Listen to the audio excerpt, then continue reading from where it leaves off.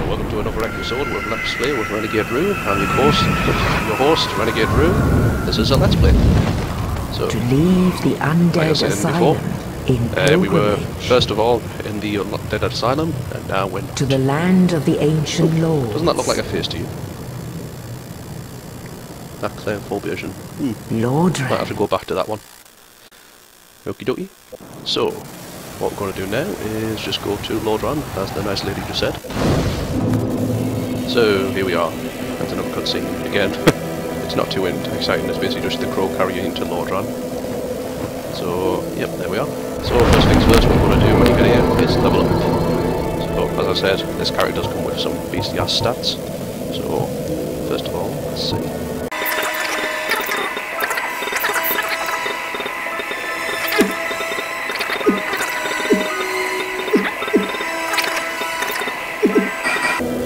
So, there we go.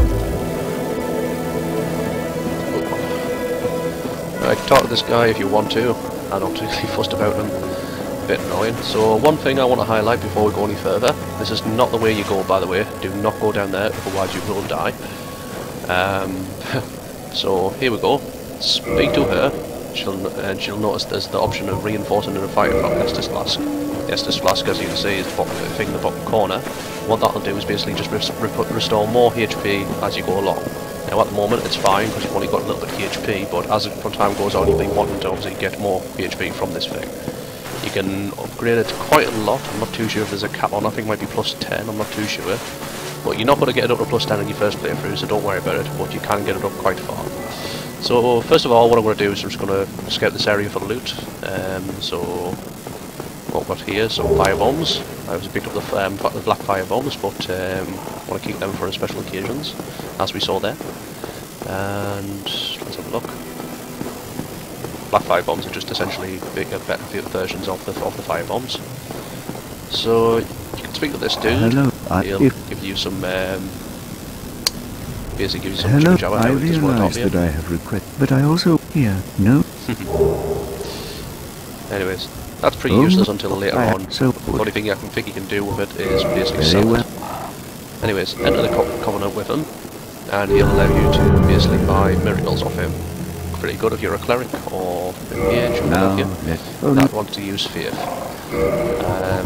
As you can see, he does supply a lot of these. Now, don't be tricked. Don't buy this. Do not buy this. I'll tell you this for nothing. I'll show you why. Basically, down here we go. Now, have down here a little troll spot. Jump down! Aha! It was a trick. He thought I was dead, but I'm alive. Anyways, over here we have basically loot central, and we have 111. Those get you to the bonfire when you're in sticky situations. And there we are. One talisman. That would have cost you 1,000 souls. Quite a lot at this stage. Is now free. So there you go. And those cracked red eye orbs, we'll get onto those later. Anywho, so I'm going to go back here. This chest first. Lloyd's talisman. Quite handy in PvP. Actually, not handy at all, because it basically... Yes, it is very handy, because it stops the people who you're invading from recovering their Estus. So, quite handy in that regards.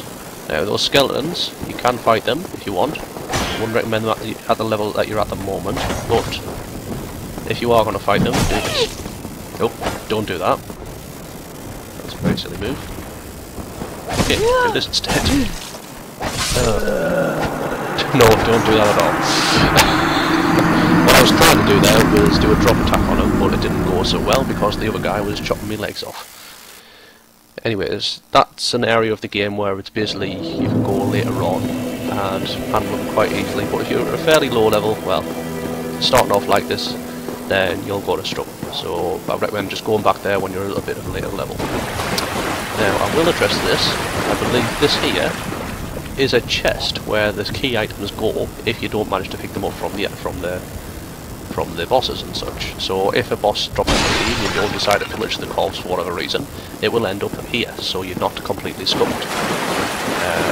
I've not actually seen this in practice because I've always tend to loot most things, but be reassured, if you do lose anything and you think, oh shit, I'll have to start again, don't worry, that's there for that reason. So anyways, yeah, I tell you what, I'm feeling adventurous, I'll show you the loot around here. So, the hell, let's get a good standing point on this guy. Should be a sword. Get up here, thank you. Get backstabbed by that dude. You know what? I'm not feeling that adventurous, so we'll come back a little bit there later. What you're seeing there is my bleed resistance. Once that gets full, you start bleeding out. It does go out away fairly quickly, but yeah, try not to get basically stabbed in the back too much by those guys, because they are pretty nasty like that. Anyway, he's probably following me at the moment. Yep, resistant little bugger. So, what I'll do now... right, shit, that was from a woman. Japanese have some funny definitions of a woman's voice. There we go. So,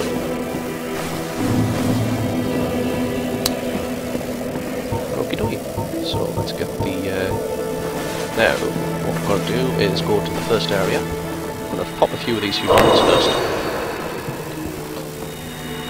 Basically, by having humanities, it allows you to A, reverse humanity, and B, get more items essentially. So the higher that number, the more likely an item is to drop. So it's handy in that manner.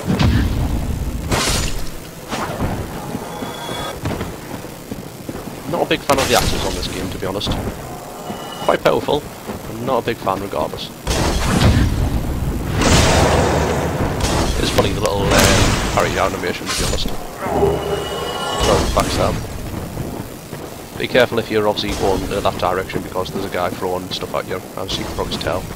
Particularly nasty, and to be honest, not in starting gear, other than possibly Pyro. He's got a cat in the hell's chance and stuff. So it's best to try and avoid those. And oh no, you dirty. There we go. So that'll happen, to be honest, quite a lot in this game. Loot just dropping down there. To be honest, it probably wasn't that good of a piece, but still annoying nonetheless. Okay. So these Lost of the Souls of the Undead are basically just little consumables that you can do. It's just like every time you die, obviously you've seen it twice now, embarrassingly, but you obviously lose your souls. Now, these, I presume, they were put in by the game developers as a sort of a little nice thing to say that if you die, you've got these little ones that you retain. So you're not completely scuppered if you've just basically just got a fantastic boss soul and you want to level up. Or if it's a matter of you just want to level up and you're missing such and such, then you can just use one of these. Anyways, I'll just quickly show you what one of them does. Well, actually, I don't really need to show you. Basically, you activate like Estus Flask. Don't do it in open contact, because it'll have little to no effect on the battle, other than it'll hurt you a lot.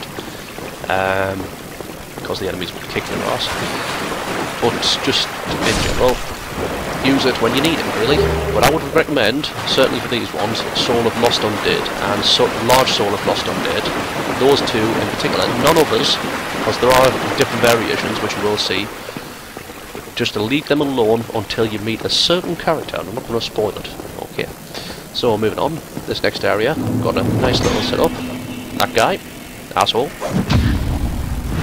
Be wary of him, because he does that 9 times out of 10. Well, parried him not so much, but obviously he just jump at you like that. This guy, also an asshole. Be wary of him. Do like that animation. Firebomb guy there, watch it. Basically sidestep, or hit the put the shield on. I'll do both. And be wary of course of this guy, because he's a dick. Anyways, so the gear I've got on at the moment is fairly decent.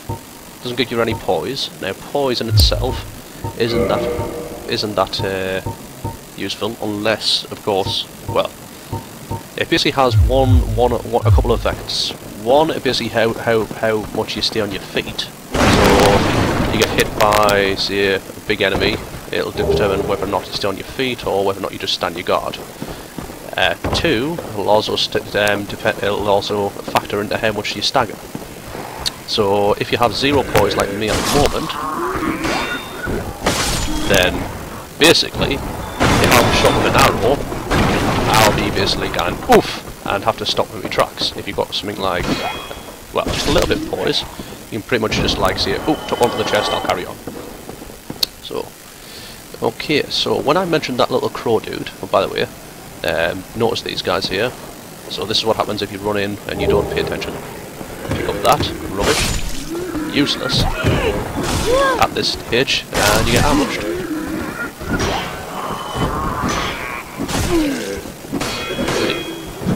Stick him in here.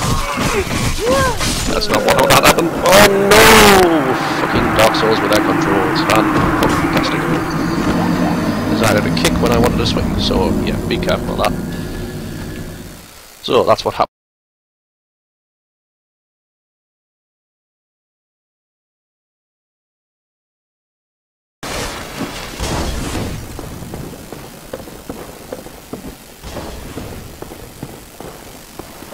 So, now we're back to this area, and obviously beforehand I got ambushed, so I'm going to show you how to deal with these guys to not get ambushed. Basically, see their hands? Off you go, and off you go. This way you only have to deal with two of them, which die one hit off a battle swing, and are easy to take down in ones, so there we are. Anyways, moving on.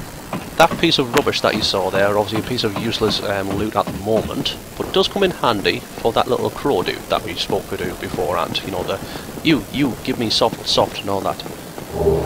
Very Japanese that. So yeah, that'll be handy for later on.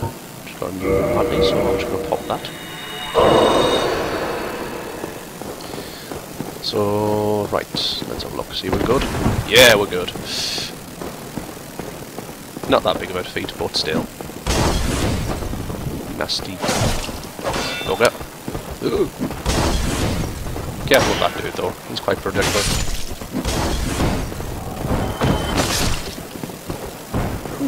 Never used battle axes at great length on this game, but I have to say I'm quite impressed. So, what am I here for? Nothing. Yeah, there was a piece of loot in there, I just can't remember how to get to it. There we get to it.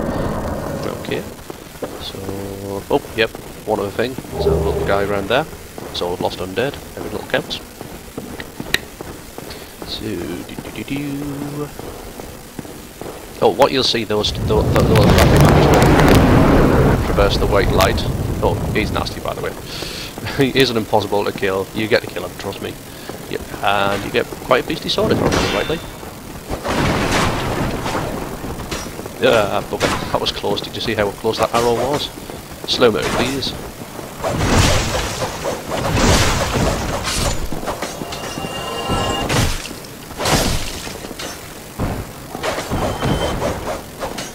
So that's a particularly nasty attack I don't like.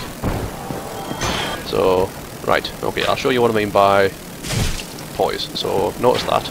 Anyways, hasn't got a very good shot, this one. So if you just run around and there you are, just stops you dead in your tracks.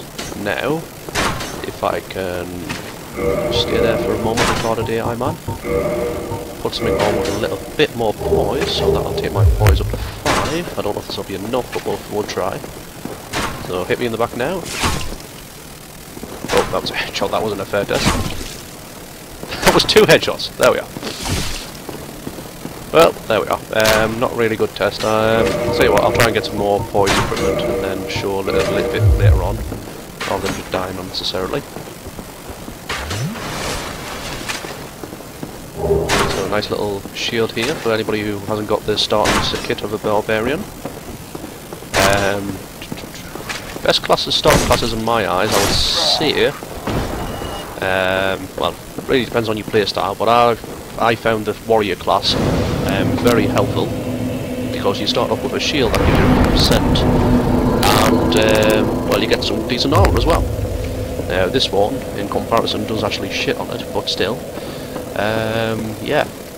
To be honest, you'll find out with most classes. It's just really how you play, to be honest. I mean, the bandit class is, well, this. As you can tell, it's quite handy. Die! The Wanderer class is a personal favourite of mine, but brother hates it, out of the 4. he basically just hates it because you get this curved sword. Now initially it doesn't do that much damage to metal, so you have to level it up a bit. Anyways, long story short, mine's leveled up and it's a beast. I'm dual wielding that. The only reason why I like this class is because you can dual wield the swords. You can try and dual wield on this game without the curved sword, but I'll just show you what happens.